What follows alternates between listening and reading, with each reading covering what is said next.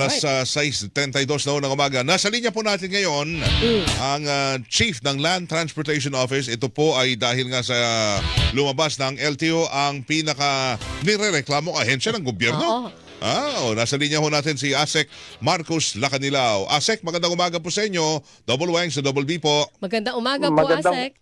Magandang umaga po, Ma'am Weng Salvacion and Sir Weng de la Peña. Magandang umaga po sa lahat ng nanonood. Okay, sir. Salamat. Napag-aralan niyo na ba yung report ng ARTA? Bakit kayo ang pinakareklamo? At ano mga pangunahing reklamo laban sa inyo? Opo. Alam po niyo, ma'am, siniseryoso namin ang bawat survey po na ganyan o yung report po na ganyan. Kaya mas dapat namin na doblihin yung aming effort na i-reforma yung ahensya. Pero ganun pa man, ma'am, sir, ang ano kasi minsan kasi may mga report na hindi naman ka-report sinasama sa reporting. So bigyan ko kayo ng example kagaya ho ng mga yung mga bagay na may magrereklamo sa LTO na pipilit nila yung requirements nila kahit hindi kompleto, tapos sila yung magagalit, magrereklamo. So isa po yan. Tsaka kung matatandaan po ninyo, 2 months ago, nagkaroon po kami ng mga operation sa mga yung mga exhaust pipe, yung mga maiingay po na tambucho. So medyo marami po tayong kababayan na nagalit o sumama ang loob. Pero kailangan po kasi namin i-implement. May enforcement po kasi ang LTO. Kaya po hindi ho talaga naiiwasan na may mga kababayan tayo minsan na ganyan po ang nagiging nila, nagrereklamo sila. So pero ganoon pa man, hindi namin mas dapat namin doblihin yung aming effort para mas ayusin po ang ahensya. ASEC, parang sinasabi nyo na pag ang isang ahensya ay nagtatrabaho, marami kang pwedeng maging kagalit. Di ba? Lalo na pag matino, panay ang huli nyo, at stricto kayo sa mga requirements ninyo, hindi pwede yung shortcut agad. Di ba? Marami nagagalit pa. Sila na ang mali, sila pa nagreklamo. Opo, totoo po yan. Talagang hindi natin maiwasan. May mga kababayan po tayo talaga na minsan may sama ng loob, lalong-lalo na po yung mga nasa probinsya.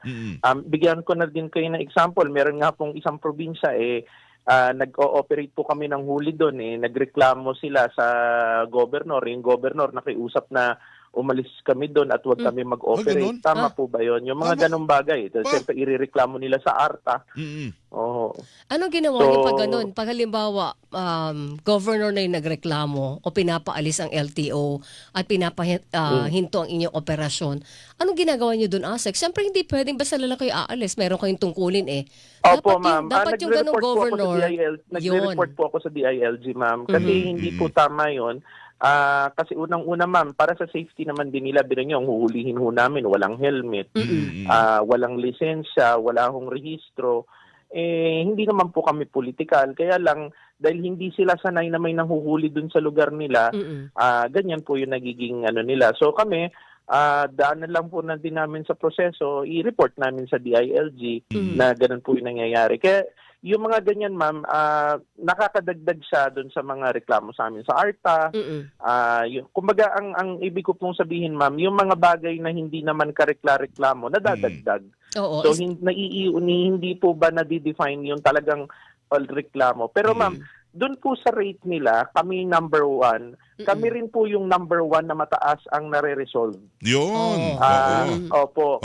So, doon po nila makikita, sir, na ma'am, gumagana yung ahensya, tumatakbo para i-resolve yung mga problema, reklamo po nila. Lalo na, ASEC, yung mga panahon na pag may mga road rage, may mga ganyan, di ba? Automatic, nag-issue kayo ng mga show cause order, tapos suspinde o nire-revoke yung mga lisensya. Diba? Yun siguro ang dahilan kuya mataas ang pag-resolve na gugustuhan ng ginagawa ng LTO. Yung kagaya po sa Marikina, sir, kung matatandaan ho ninyo, nung pagkatapos ng bagong taon, yung isang pamilya nagbugbugan, road rage. Imbis na po tanggapin nila yung kanilang pagkakamali, sila pa, ginastify nila, sila pa yung mga nagre-reklamo. So yung mga ganung bagay po talaga na mahirap po pero mas kailangan habaan ng pasensya at Oo. doblihin po ang effort. Baka yung mga tinanggalan nyo ng lisensya, nagreklamo rin sa ARTA. Pwede. Opo. Tama po kayo. Asa Tama ito, po kayo. isa-isahin natin yung klase ng serbisyo sa LTO and gaano ka-efficient ang trabaho ng LTO. Una sa issuance ng license. Pag nag-apply ako ngayon, ilang araw bago ko matanggap ang lisensya ko? Ma'am, makukuha niyo rin po kaagad-agad. Within the day? The day. Hours. Opo. Kung alimbawa po ma'am renewal, pag-usapan po natin sa renewal Oo. muna. Kung magre-renew po kayo, unang-una pwede niyo pong renew online. Hindi na po kayo kailangan pumunta sa LTO, sa eGov, through eGov app. Ngayon naman po, kung kayo po ay pupunta sa LTO, meron din po tayo mga LTO office na open ng Sabado. Pwede nyo pong ma-renew yan, matatapos po kayo ng within 30 minutes to 1 hour. Pagka po sumobra po doon, talagang pwede nilang ireklamo po yan sa amin. Pero kaya din po tinayo ko po yung iReport, ma'am. I-report mo kay LTO chief para yung mga reklamo po nila na hanggang sa doon sa mga baba na kukuha po namin. Kung application Sa for ano new na- license? Application naman po sa new license, ma'am, mabilis lang po yun, yung student permit. Yung student permit, dadaan lang po kayo dun sa practical examination, driving examination. So, yun po. Mabilis lang din po yun. Hindi po kayo tatagal, ma'am, sa LTO ng 3 oras o 2 oras. Paano Mabilis lang po yung proseso. Paano sa renewal? Doon ako medyo nagward. Halimbawa, renewal online na lang. So wala na ulit yung susukatin ko ulit ang kakayahan mo. Kung nakuha mo ba Wala sa ng legit yung lisensya mo, oo. wala ng testing. Theoretical or... Yes. Ma'am, pag magre-renew po kayo, non-pro existing na po, hindi na po, wala na po kailangan ganon. Pero yung pong student permit to non-professional, yan, meron po kayong dadaanan na practical driving examination course to justify na talagang marunong magmaneho po yung tao Oo, at alright. naiintindihan niya. Tapos yung Yun lisensya lang nyo. po yung yun Kasi- lang po yung matagal-tagal kasi talagang itetest po siya. Kasi nandun po yung crucial, ma'am, gawa ng from student permit to Correct. non-pro. Ang problema lang, kasi partner, nung nag-apply ako, sa lahat ng pagkuha ko ng lisensya ko, hanggang renewal, palaging babalik ka after a week para kunin. So wala na yun ngayon, ASEC guaranteed yun. Wala na po Online ngayon yan, ma'am, kahit sa probinsya, kasi right there and then, pwede na nilang i-print. Good. Nagkakaroon lang po ng problema kapag halimbawa po ay nag-brown out yung lugar nila, nag-shutdown yung mga computer kasi hindi po lahat ng LTO office may standby generator. So, yun po yung mga nagkakaroon lang ng problema. Pero rest assured lahat po, napiprint po kaagad-agad. May card na po kaagad sila. ito, ASEC, baka lang humatuwa ang lahat. Meron pang pagbabago sa presyo, baka mahalo ang pagkuha ng lisensya. Dahil mahal ang pag-undergo nyo sa mga schooling. Opo. Sir, yan po yung, maganda po yung tanong ninyo, yan po yung sinasabi ko parate. Kaya ang mga tao, wag po silang kakausap sa mga fixer o yung mga taong nasa labas. Pumunta sila sa LTO, may help desk doon, tuturuan sila. Napakamura lang, ang babayaran lang naman po nila dyan, yung card, yung medical naman po sa labas, which usually at 500 pesos. Wag sila yung nagkakausap sa mga fixer kasi para sa kanila rin yan kasi natuturuan sila ng maayos na tamang pagmamaneho. Oo. So magkano ho kung ikaw kukuha ng lisensya, yan, magkano lang ho gagastusin nyo? Lahat na.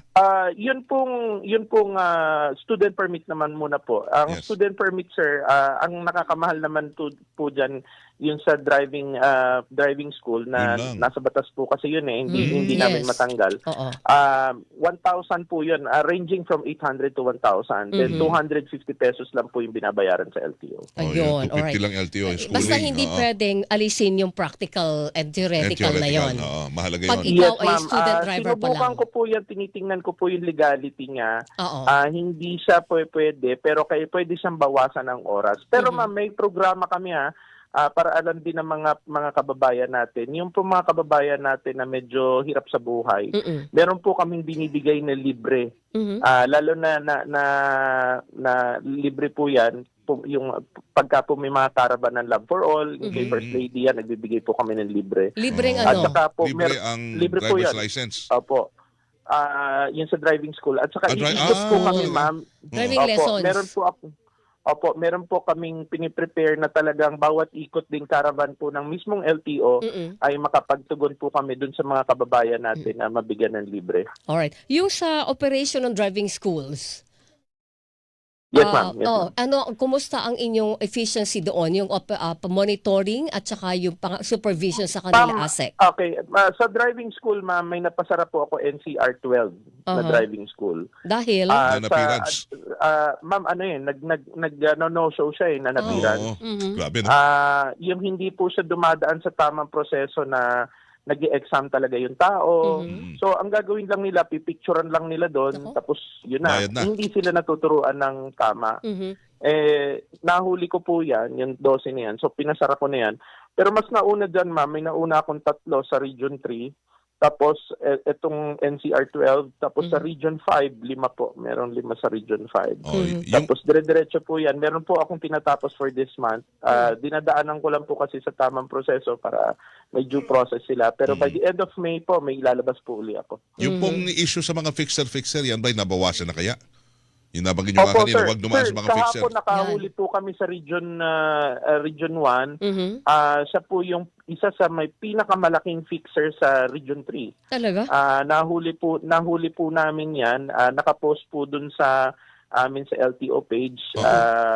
Yun pong aming regional director sa Region 1, si Director Danny Martinez, ang nag-case build up at nahuli po niya yung isang fixer po niya. Matagal na po namin binabantayan, sir, kasi may mga reports nung mga nauna pa sa akin, hindi pa ako ang LTO chief, na siya yung gumagalaw ng malakihan. Sa kumpanya po ang hawak niya na account. Anong pinifix niya, ASEC? Registration, ma'am, yung yearly registration.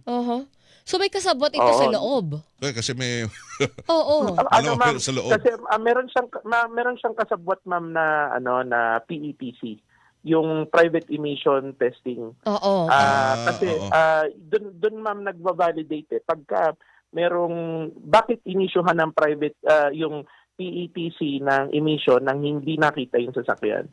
So, doon po namin siya nahuli. Yun po yung binabantayan namin, ma'am. Hanggang sa inabutan po kahapon. So, siya nang nag-aareglo sa mga emission test mo. Siya na lahat. Lahat siya na. yung pagbuhat. Meron siyang hawak, sir, na 2 o 3 emission test. Kaya maghihigpit po talaga ako dyan. Yung emission test na yan, doon po nila nilulusot. Tapos, ang account na hawak niya pang kumpanya, hindi yung pang individual. May mga kinakausap po sa mga kumpanya na 20 ang sasakyan, 50 ang sasakyan, gano'n. Magkano kinikita niya doon, ASEC? Okay, ang emission, ma'am, siguro ranging from 500 to 1,000 per vehicle. Per vehicle. So dapat talaga, ang mga kumpanya nag-a-apply, hindi pwede yung liaison lang o ibang tao in their behalf. Kailangan po nila talaga dalhin. Kaya po, meron po din kaming, sasabit po yung kumpanya na yan, sir, kasi makikita po namin yung record. Totoo yan. Meron hong isang malaking kumpanya na telecom. Ganyan po, yun isa po iniimbestigahan po namin sa ngayon. Telecom pa, ha? Oo. Pero yung Yes, dito sir. ba, Yes, ito sir. kunyari, nawala ngayon sa Region 3 ba yun o 12 ba? Dito sa LTO, mismo sa East Avenue, wala na ba yung mga fixer-fixer sa labas? Mismo? Sir, hindi natin maiiwasan, meron pa din meron pa ganyan. rin. Pero ang ginagawa po natin, consistent po yung operation. So every week, sir, yung nakakakailangan, ang sabi ko kasi, sir, sa operation sa Intel, kailangan may huli sila every week, makahuli sila. Kaya pagka consistent, sir, nahuhuli sila, mapapagod yan ng kakapiyansa. Opo. Sige, good luck po. Sana mabura kayo sa number 1, pinaka nirereklamo dahil mali naman ang Salamat reklamo po, sa inyo. Sana po. Opo. Sir, salamat sa mga Thank you, reforma, ASEC, pero Salamat kayod po. pa more, Kayod sabi pa, nga nila, kayod pa more. Tsaka baka may mga Salamat backlog. po, Ma'am Weng. Tsaka Salamat, sir. baka may mga backlog pa tayo sa lisensya, i-release na. Tsaka yung mga plaka, ASEC. Sir, thank you. Thank you, Good ASEC. morning. ASEC Marcos Lacanilaw, ang chief po ng Land LTO. Transportation Office. Gusto ko yung hindi pa ako dumanas ng update at the same. Hilingan, walang pinoprotektahan.